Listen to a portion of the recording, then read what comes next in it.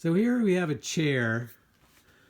Friend's working on finishing it off, and the legs were loose. And it's a design that they look really elegant, but the issue is I wish there was more cross pieces. I wish there was one in front here. But what we did do, we were able to take all four of the legs did come out, and we were able to take the one over there apart.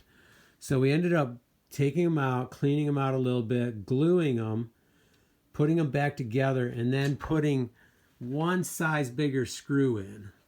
And hopefully, now we're going to just let it set and dry. Hopefully that will make it much, much better. Now, how long will it hold? I don't know, but we really needed to glue it some because there was just too much, there was too much wiggle there. So the glue, we needed to glue. Luckily, we were able to get them out because sometimes you can't, if one's really loose and the other three are tight, do you take a chance on breaking that to get it out? So that's the big problem there. I think I've heard of somebody doing a small hole, drilling a small hole and then trying to get glue in there, like injecting it. But I've never found that to be, I didn't really ever use that technique, but I was always afraid I wouldn't be able to get the glue in anyways.